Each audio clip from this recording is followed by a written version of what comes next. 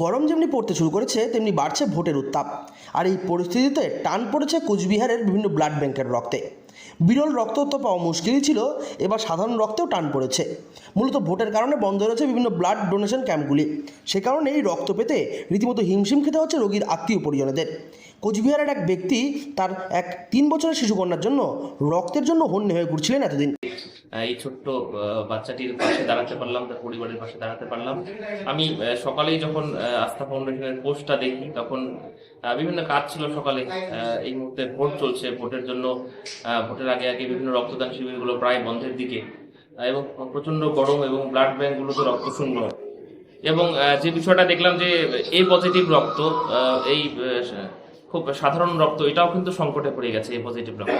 তাই শঙ্কর দাস এই পোস্ট দেখে আমি ছুটে এলাম কোচবিহার ব্লাড ব্যাংকে। 3 বছরের শিশুকন্যার বাবা বিগত 3-4 দিন ধরে এ পজিটিভ রক্তের জন্য হন্যে হয়ে ঘুরছিলেন, তবে তিনি কোনো জায়গা থেকে কোনো রকম সহায়তা পাচ্ছিলেন না। তারপরে এই বিষয়টি তিনি একটি সমাজসেবী সংগঠনকে জানান। সেই সমাজসেবী সংগঠনের মাধ্যমে এই ব্যক্তি সেই বিষয়টি জানতে পারেন।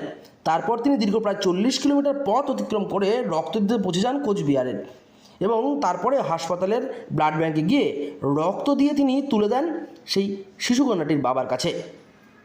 রক্ত দিলাম। আমি চাই শিশুটি খুব দ্রুত সুস্থ হয়ে উঠুক, এবং ওর যে সমস্যা যেটা, এবং সেটা নিয়ে তারা বিভিন্ন কথা বললাম।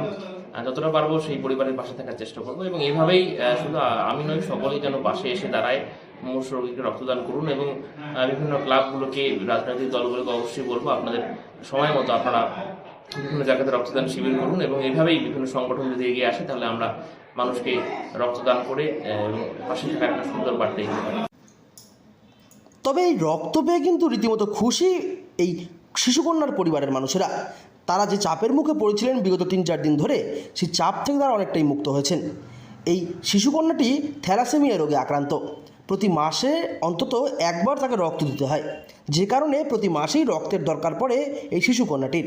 মূলত এ কারণেই তার বাবাকে চাপের মুখে পড়তে হয় রক্ত খুঁজতে, কারণ ব্লাড ব্যাঙ্কগুলিতে রক্তের ভাড়ার প্রায় শূন্য।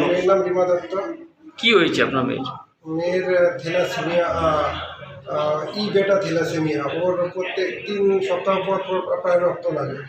বয়স কত আপনার মেয়ের? 3 বছর। আমি সহযোগিতা পেয়ে আজকে ব্লাডটা পেয়েছি। কতদিন ধরে ভুগছেন আপনি? আমি 3 দিন থেকে এই ব্লাড কালেকশন করার জন্য ঘুরতেছিলাম। তো আশেপাশে আমাদের যাদেরকে বলতেছিলাম, তো কেউ রাজি, ওর প্রচণ্ড সমস্যায় ছিলাম। তবে এই ব্যক্তির এই কর্মকাণ্ড বর্তমান সময়ে সাধুবাদ কুড়িয়েছে বহু সাধারণ মানুষের। কোচবিহার থেকে সার্থক পণ্ডিতের রিপোর্ট, লোকাল 18 বাংলা।